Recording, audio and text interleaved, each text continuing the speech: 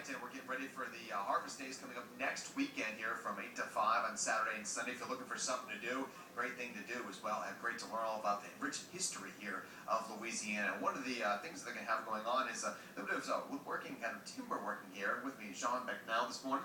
Morning. How are you? Fine. How are you? Pretty good. Thank you for coming out early this morning. And your trade is sort of the side of, I don't want to say woodworking, but more timber working, you tell me, and furniture building is your actual trade, outside of being here, right?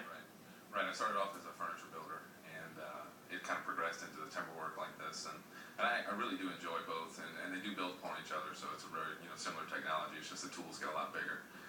Now these are hand tools. These aren't the traditional like power tools we'd use today. Well, these are the more traditional hand tools. Yeah, very. So, but this is what was used into the very early 1800s, the 19th century, and the technology didn't change much from about 1500 before that. So the tools got a little better, but it was the same type of tools, and so we represent a large, a wide span of history by using these same tools now.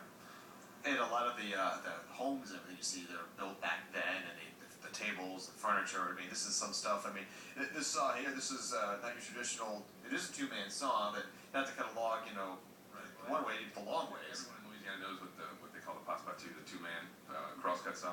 This is a two-man saw, but it cuts the length of the log.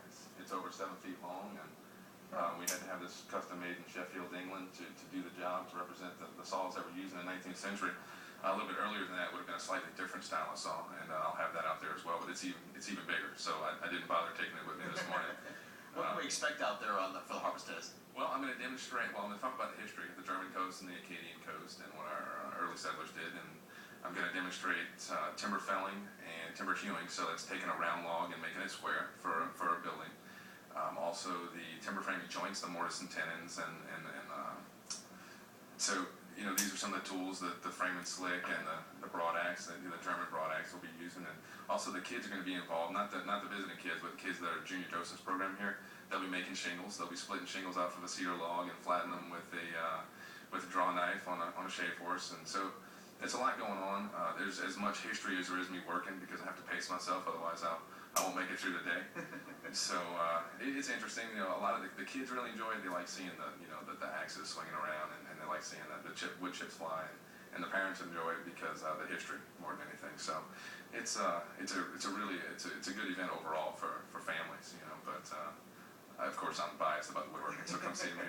Now back then, I mean, nowadays it's real simple, but the amount of workout you would get. I mean, these are not lightweight. I mean, the axe here. I mean, this is not your traditional axe we find today in the stores or anything like that. But I mean, you get pretty good workout. You do. I definitely have gone to the gym a lot since I started doing the timber side of the work. The furniture side is not as bad with hand tools, but it's really it's technique. So if you pace yourself and you use the right technique, it's not too bad. Well, it's great to see someone who has a great passion, from this dating back to just started as a little kid. He was telling me 14 years old, thought it was interesting, and kind of took it from there. So, Jean, thanks so much for joining us this morning. We appreciate that. And hey, if you want to check this out, again, next weekend, Saturday and Sunday, come on out to the LSU Rural Life Museum for the Harvest Days. We'll have more coming up on Tuesday, though, right after this.